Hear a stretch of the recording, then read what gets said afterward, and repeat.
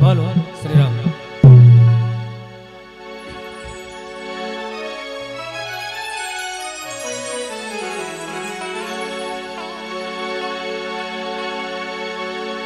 कि सबरी की कुटिया के, सबरी की कुटिया के भाग जग जाएंगे। बोल कागा बोल मेरे राम कब आएंगे। बोल कागा बोल मेरे राम कब आएंगे।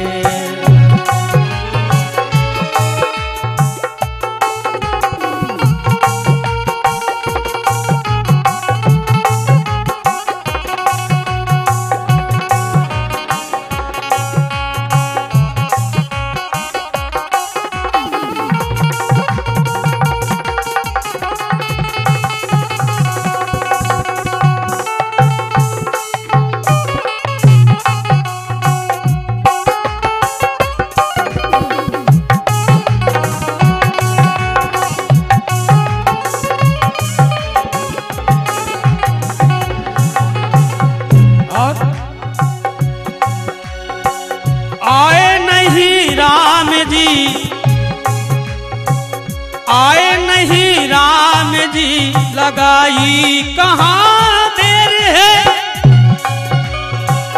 चुन चुन के मैंने कब से रख दिए बेर हैं।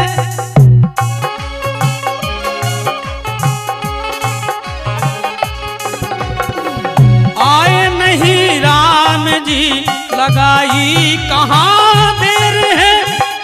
चुन चुन के मैंने कब से रख दिए बेर हैं। बलि बल जाऊं, बलि बल जाऊंगी जब राम मेरे आएंगे। बोल कागा बोल मेरे राम कब आएंगे। बोल कागा बोल मेरे राम कब आएंगे। बोल कागा बोल मेरे राम कब आएंगे। सबरी की कुटिया के, सबरी की कुटिया के भाग जग जाएंगे। बोल कागा बोल मेरे राम कब आएंगे। बोल कागा बोल मेरे राम कब आएंगे।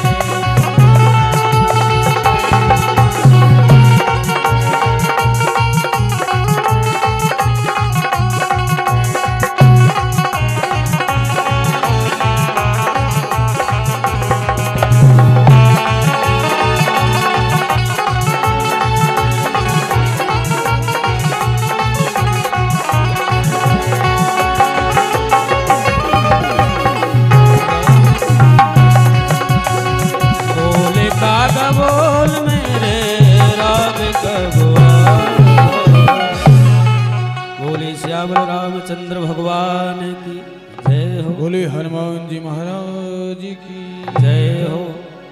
इस प्रकार से आठवीं भक्ति का निरूपण राम जी ने किया। बोले आठों यथा लाभ संतोषा सपने नहीं देखिए पर दोषा। दूसरे के दोषों को नहीं देखना चाहिए। क्यों? क्योंकि जो दूसरों के दोषों का गुणानुवाद करता है, अनुमोदन करता है, चिंतन करता है और कहता है या उपहास करता है, उसका आधा पाप उसे भी लगता है। इसलिए काग मत बनो, हंस बनो। क्योंकि दूध में पानी मिलाकर रखा जाता है, तो जो हंस होता है वो दूध पीता है, पानी नहीं पीता, पानी को छोड़ देता है। और जो काग होता है सो पानी और दूध दोनों को पी जाता है। बोलो राधे राधे। इसलिए हंस बनो। लाख बुराई हो किसी में, परंतु यदि कहीं उसमें एक दो अच्छाई हैं तो अच्छाई ग्रहण करो, बुराई उसको वापस कर दो। बोले भैया बुराई आप रखो, बुराई का हम क्या करेंगे, अच्छाई आप ग्रहण कर लो। बोले यही तो आठवीं भक्ति है। तो बोले नौवीं, कहीं ना कहीं भक्तियों में शर्त रखी गई है। कहने का अभिप्राय कि जो 9 प्रकार की भक्ति हैं, तो भक्तियों में शर्त रखी गई है, परंतु एक भक्ति ऐसी है जिसमें कोई शर्त नहीं है, कोई टारगेट नहीं है उसका। जो करे उसे लाभ होवे और जो ना करे उसे भी लाभ होवे।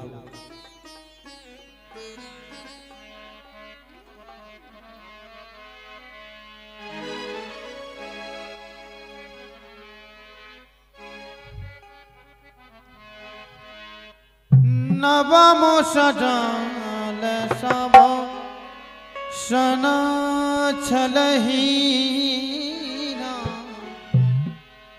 मधुवंती राग की बंदश। नवमो सजाल सब सना छलहीना।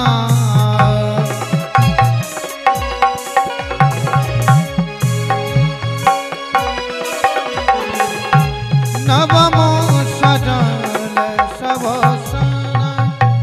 छलहीना।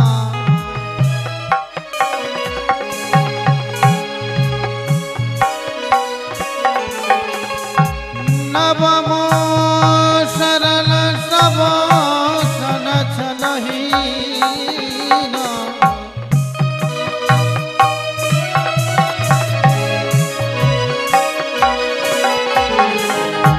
मम भरोस हिये हरस न दीना। मम भरोस हिये हरस न दीना। बोले मम भरोस हिये हरस न दीना। तो नौवीं भक्ति क्या, उसमें कोई शर्त नहीं है। बोले भैया सरल बन जाओ, और यदि सरल बन गए तो भगवान का साक्षात्कार अवश्य हो जाएगा, इसमें कोई संदेह नहीं। पर सरल कैसे बने? सरल बनने का कोई साधन है?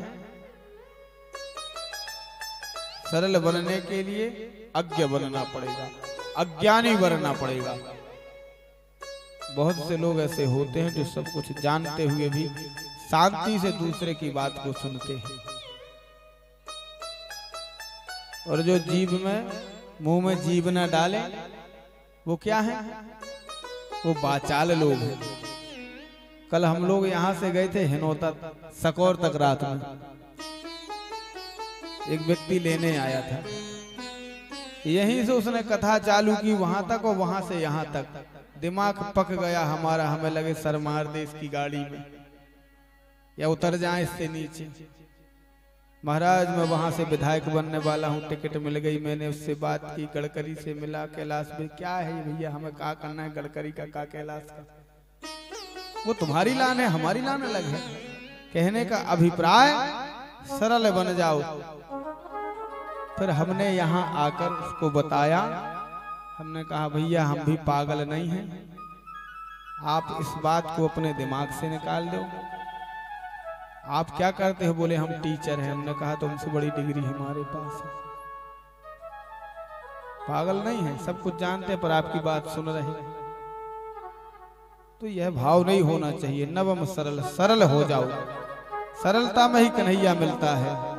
राम जी का दर्शन सरलता में होता है। किसी ने पूछा किस किस को हुआ और कौन कौन सरल बना? पाई न कही गति पतित पावन, राम भज सुन सठ मना। गणिका अजामिल व्याधि गीध गजाधि खल तारे। बोले एक दो हो तो बोलूं, सैकड़ों लोग हैं, हजारों लोग हैं, लाखों लोग हैं और असंख्य लोग हैं जिनका उद्धार राम जी का स्मरण करने से हुआ है। आधे नाम पर आ जाते हैं। राम जी का नाम 2 अक्षर का है, और यदि कोई पहला अक्षर बोल दे तो भी उसका कल्याण हो जाए। मां बोलने की आवश्यकता नहीं है, यदि रा बोलना जाने वो, उसी में कल्याण होता है। बहुत लोग हंसते हैं, बोले महाराज कहीं भजन करने से किसी का कल्याण होता है? और कल्याण करके क्या करेगा? एक व्यक्ति ने मुझसे कहा, जय गुरुदेव वाले थे भैया मोहद्रा के, एक दिन हम वहीं बैठे थे, बोले महाराज एक निवेदन करना चाहूंगा। आप भागवत बात भैया बिल्कुल बोले छोटा सा प्रश्न है मेरा, मन को बताइए। बोले ये बताइए, जो व्यक्ति मरता है क्या वहां से वो पत्र लिखकर भेजता है कि मैं स्वर्ग में हूं कि नरक में? बोले आज तक किसी ने लिखकर वहां से चिट्ठी नहीं भेजी, कोई पत्र लिखकर कि भैया मैं यहाँ नरक में हूँ, अब अच्छे से रहना, या स्वर्ग में हूँ।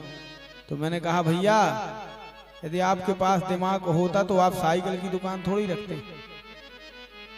साइकिल की दुकान है उनकी, गुप्ता जी है। मैंने कहा साइकिल की दुकान नहीं होती तुम्हारी यदि दिमाग होता। मैंने कहा पत्र लिखकर वो भेजते हैं, तो बोले कैसे पता चलता है? मैंने कहा इसी संसार में इस बात को हर कोई जानता है, स्वर्ग और नरक दोनों यही हैं। कहाँ है? हम जब किसी के यहाँ जाते हैं और जब हमें उसके घर में घुटन अच्छा ना लगे, ऐसा महसूस हो कि बहुत गलत जगह आ गया, ये जगह अच्छी नहीं है, तो हम क्या बोलते हैं वापस आकर? भोले भैया आज तो हम नरक में पहुंच गए थे, ऐसा बोलते हैं। और यदि किसी व्यक्ति के यहाँ पहुंचे और वहां अच्छाई दिखी तो क्या बोलते हैं? बोले भैया आज तो ऐसा लग रहा था जैसे स्वर्ग में खड़े हुआ, आनंद आ रहा। तो स्वर्ग और नरक दोनों यही है, कहीं ऊपर नीचे नहीं है। वो तो व्यवस्थाएं बनाई गई हैं, 7 प्रकार के नरक हैं, वो तो दंड देने के लिए हैं। जो जैसा करेगा उसे वैसा मिलेगा, ये पक्का है।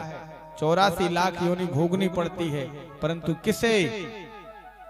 जो मद में अहंकार में डूबा रहता है, भगवान से कोई प्रेम ना करता हो, और जो भगवान के सेवक हैं। एक छोटा सा निवेदन कर दूं, मैंने पहले कहा था कि